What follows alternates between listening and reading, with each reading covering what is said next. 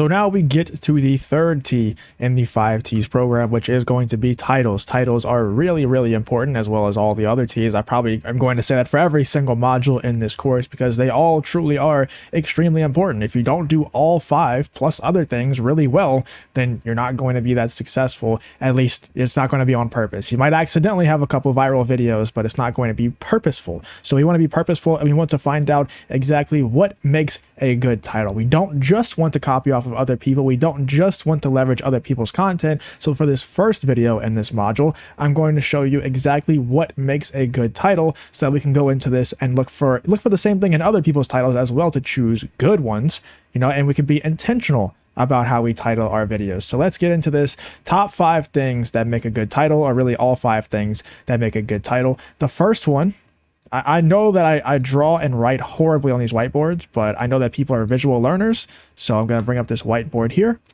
The first one is going to be keywords. Now, that looks really, really bad, but the first one is going to be keywords. So we're going to get into some other things here in a second that goes along with keywords, but I think every single title should have one keyword grouping and one buzzword grouping, and we'll go into buzzwords. It's going to be number 2. One keyword grouping, one buzzword grouping. Keywords is stuff that's going to get your videos into the algorithm. Stuff like, if you're a YouTube growth channel, in the YouTube growth niche, stuff like grow fast, grow your YouTube channel. Make sure that you have YouTube in the titles every single time. YouTube channel growth tips, stuff like that. Keywords are stuff that's going to light up the algorithm and be like, oh, this channel is this type of channel, or this video is this type of video, therefore we should push it to this type of audience. Make it very, very obvious as possible to the algorithm, to the search engine, what audience should be pushed your videos. That's what keywords are used for. Keywords, you have to research your own niche. It should be pretty obvious, whatever niche you're in. If you're in the gardening niche, you should be using, different types of plants as a keyword, or this is top 5 gardening tips for 2023. Gardening tips would be your keywords there. For the financial niche, it'll be stuff like, grow money fast, or top 5 passive income ideas. Passive income will be the keywords there. It's just words that will make it very obvious to the YouTube algorithm and to the search engine of YouTube that this is a certain type of video, that this video is for a certain type of audience. And now we go on to number 2, which, like I said, is buzzwords, and every single title should have a grouping of buzzwords and a grouping of keywords. That's a rule that I have for myself. That's a rule that I teach all of my students. Every single one needs a grouping of keywords and a grouping of buzzwords. Every single one. These go hand in hand. These go together. You need to make sure every single title has these 2 things, at least one. You could have 2 grouping of keywords as well. I would recommend only 1 grouping of buzzwords, but buzzwords, an example of that, if you're in a negative niche, I always use these 2 examples of a negative type niche, like a culture war niche, where you're calling out some stuff that's happening in the world that you find to be negative. The buzzwords, the examples of those would be stuff like destroys, annihilates, eviscerates, things like that. Buzzwords that's going to get your audience going. Not necessarily words that's going to make the algorithm light up and push it to a certain audience, but once the keywords do their work and push it to the audience, the buzzwords is stuff that's going to seal the click. It's going to seal the deal on the audience clicking, because they see words in the title that they like, that gets their minds buzzing. That's why I call it buzzwords. And most people don't talk about stuff like that. But when it comes to the YouTube growth niche, the buzzwords would be stuff like grow fast, whereas the keywords in that would be stuff like YouTube channel, YouTube growth tips, whereas buzzwords would be fast, immediately, blow up.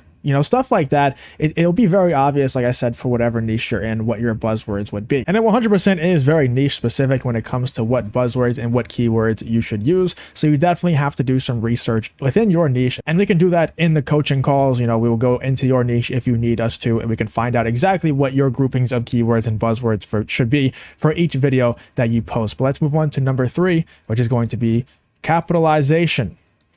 I know that this whiteboard is helping y'all so much, but some people really do like the whiteboard, even though it's horrible. It adds some entertainment to it because of how bad it is. But capitalization is actually important. You should be, using your capitalization intentionally. We should be intentional about everything that we do on YouTube. All the T's need to be very intentional. Capitalization is no different. You need to, in my opinion, I think the safest way to go about it is to lowercase everything, not lowercase, but don't all caps everything. Capitalize the first letter of every single word except for the buzzwords. The buzzword should be in all caps. So for example, culture war niche, negative niche, where you're calling out stuff that's supposed to be negative. Let's say you know, something, something, you know, normal capitalization. And then you have destroys in all caps, annihilates in all caps, financial niche, YouTube growth niche. You have normal capitalization, and then you get to grow fast. Those need to be capitalized. You know, explode. Those types of words need to be in all caps. So rule of thumb, normal capitalization across the title until you get more advanced into YouTube. Then you can try all lowercase titles. We'll talk about that in 1 second. Normal capitalization for a title, you know, which is the first letter of every word be capitalized, and buzzwords should be in all caps. That should be the rule of thumb. That's what I normally teach for beginners and for people who aren't super advanced when it comes to intentionally titling their videos. So let's move on to number 4, which is going to be the style of the title, which people don't even realize that there are styles to titles. You have to choose what style you want. And this is a little bit more advanced, but there's going to be 2 different types of styles. We're going to call one the try hard. Okay. And then the other one is going to be, I guess, just no try. I didn't really think about this beforehand. So we're going to have try hard titles and no try titles. An example of a try hard title would be, let's think about like the Amber Heard versus Johnny Depp situation, right? Johnny Depp destroys Amber Heard in all caps. Johnny Depp destroys Amber Heard in newest trial or something like that. And then an example that I actually used that a video did really well for me whenever I was talking about one of those things on my channel was all lowercase.